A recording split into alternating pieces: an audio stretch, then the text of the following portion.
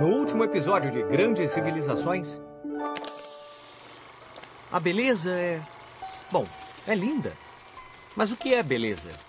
O que é que atrai o nosso olhar para algo que é belo? Essa foi uma pergunta à qual os gregos antigos dedicaram muito tempo, estudo e trabalho. Os antigos gregos acreditavam que uma vez que os seres humanos são os únicos seres vivos capazes de apreciar a beleza e os únicos capazes de criá-la, então a beleza pode ser encontrada dentro de nós e criada por nós. Além da habilidade de criar beleza, os seres humanos também podiam criar virtudes. A virtude é uma capacidade especificamente humana e consiste em querer alcançar a perfeição em cada aspecto da vida. Ou seja, os seres humanos deviam cultivar a beleza e a virtude, e essa era uma ideia muito profunda. Aliás, se há uma coisa que os antigos gregos fizeram bem, foi desenvolver grandes ideias. De fato, muitos dos princípios da sociedade moderna e o modo como o mundo é visto e pensado hoje foram influenciados por essas pessoas que viveram no Mar Egeu há 2.600 anos.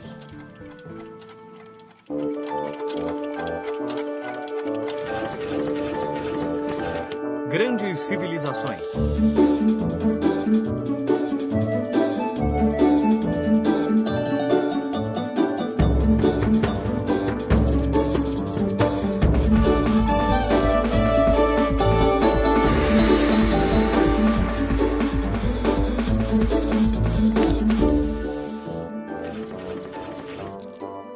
A Grécia Antiga, segunda parte. Fazer coisas bonitas foi algo que os antigos gregos fizeram de melhor.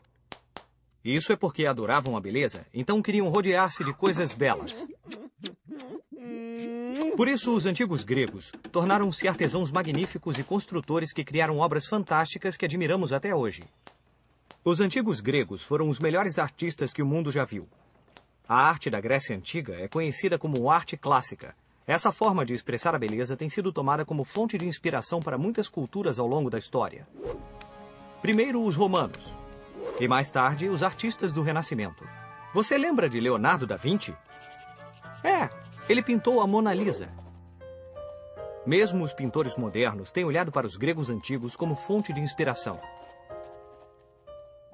As famosas esculturas gregas não retratam ninguém em particular, mas são um reflexo do ideal de beleza humana na época. As estátuas são tão belas, tão bem feitas, que apenas um pequeno grupo de escultores ao longo da história, e mesmo nos dias de hoje, foi capaz de reproduzir a qualidade técnica dos gregos. Os Jogos Olímpicos. As Olimpíadas eram uma grande celebração que reunia representantes de todas as cidades gregas. E enquanto esse evento se realizava, as guerras ficavam proibidas. As Olimpíadas eram tão importantes que interrompiam qualquer tipo de conflito entre os povos gregos durante os Jogos. Bem-vindos mais uma vez aos Jogos Olímpicos. A cada 4 anos, esse espetáculo esportivo é trazido a você por Zeus, divindade homenageada nos Jogos deste ano. Bem, amigos, fãs do esporte, já acompanhamos as competições anteriores, mas hoje trazemos a você o evento mais esperado dos Jogos, o pentatlo. 5 modalidades: corrida, salto, lançamento de disco, lançamento de dardo e luta. Para o homem não havia melhor forma de impressionar uma mulher do que ganhar essa prova, já que ela combinava todas as virtudes físicas e morais. Claro que vocês devem estar pensando que quem ganhava essa árdua competição recebia um troféu e muito dinheiro, como os atletas de hoje. Mas não era bem assim. O vencedor recebia uma coroa de louros. Mas os gregos antigos não estavam no esporte pelo dinheiro. O que interessava a eles era a glória. E nada melhor do que receber a coroa de louros. Essa coroa é um presente dos deuses do Olimpo, patrocinadores orgulhosos dos Jogos Olímpicos. Os deuses do Olimpo. Os gregos tinham deuses e deusas para quase tudo na vida. A guerra. Vamos derrotar todos! O amor. Adoro quando você escreve poemas. a família... Te espero para jantar, amor. E a sabedoria, entre outros. Mas havia um deus que governava todos os outros deuses. Era Zeus. Havia 12 deuses principais e todos moravam juntos em um palácio enorme em cima do Monte Olimpo. Um lugar tão alto e tão íngreme que nenhum mortal conseguia escalar. O Palácio do Olimpo tinha todos os luxos que você pode imaginar. Muitos quartos, um zoológico para os animais sagrados, salas de armas, cozinhas e salas de jantar. Mas o lugar mais importante era o imponente salão, onde todos os deuses se reuniam para debater os problemas dos homens. Como, por exemplo...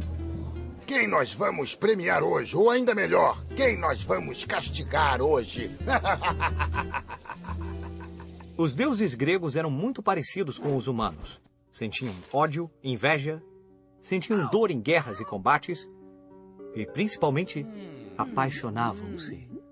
E trazendo ao mundo muitos filhos que se tornavam deuses ou semideuses. Mas havia características que diferenciavam os deuses dos humanos. Os deuses eram imortais e tinham muitos poderes.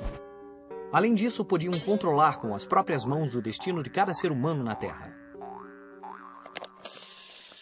Filosofia. Os gregos adoravam pensar sobre o mundo que os rodeava. Matemática, amor, natureza, eles fizeram perguntas sobre tudo. Assim nasceu a filosofia. A filosofia é uma maneira de estudar e descobrir o mundo, fazendo perguntas e utilizando a razão e a lógica para encontrar respostas. Na Grécia Antiga, viveram muitos homens sábios que fizeram perguntas que tinham respostas muito difíceis. Por exemplo, do que todas as coisas são feitas? Tudo no universo é composto de apenas 4 elementos: a terra, a água, o ar e o fogo. Através dessas discussões, os gregos formulavam ideias que a ciência só conseguiu provar milhares de anos depois. Eu acho que toda a matéria é composta de partículas muito pequenas, tão pequenas que não podem ser divididas. Eu vou chamá-las de átomos. Os antigos filósofos gregos debateram sobre muitos temas, o que muitas vezes provocava inúmeras discussões entre as pessoas que pensavam de uma maneira e as que pensavam de outra. Suas contribuições provocaram um impacto enorme na maneira como vemos o mundo hoje.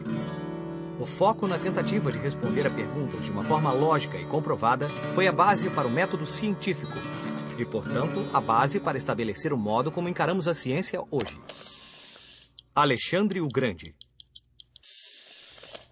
Havia um homem na Grécia que, desde muito jovem, teve o maior sonho que alguém poderia ter. Esse jovem, chamado Alexandre, era o filho do rei Felipe II, rei da Macedônia. Alexandre decidiu partir para uma longa viagem com um objetivo ambicioso. Quero me tornar o maior conquistador de todos os tempos e governar o mundo. A viagem de Alexandre começou na Macedônia, no ano de 334 a.C. Aos 20 anos, esse jovem guerreiro formou um exército que era treinado com técnicas avançadas para a época. Foi assim que alcançou façanhas incríveis. Vamos ver, eu já conquistei aqui, e aqui, e aqui, e quase todo o mundo antigo. Eu conquistei até aqui. O Império de Alexandre uniu o mundo ocidental e o oriental, e assim difundiu a cultura grega.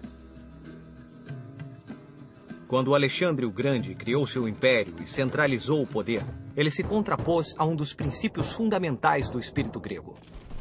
Assim, muitas cidades que antes eram independentes passaram a ser governadas por um único homem. Com a morte precoce de Alexandre, que não deixou herdeiros, chegava ao fim a época da Grécia Clássica.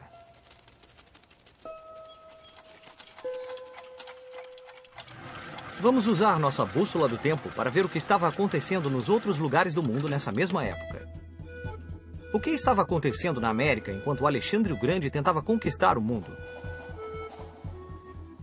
Pois bem, os maias estavam construindo seus maravilhosos templos e suas cidades na América Central, onde desenvolveram uma das civilizações mais poderosas e refinadas de todo o continente. E o que estava acontecendo na Europa? Em Roma, por exemplo? Bom, os romanos estavam reconstruindo a cidade, já que alguns anos antes, um grupo de guerreiros descendentes dos celtas, os gauleses, sob o comando do impiedoso Breno, havia derrotado o exército devastando, destruindo e incendiando toda a cidade. O quê? Roma destruída? Impossível. Mas foi assim, Pipo. Roma foi destruída em 387 a.C. Mas um dos motivos pelos quais os romanos eram uma cultura muito poderosa é porque eles nunca desistiam, mesmo depois de uma derrota devastadora. Eles reconstruíram a cidade após a invasão gaulesa e continuaram seu caminho. Os romanos nunca perdoaram os gauleses por essa derrota.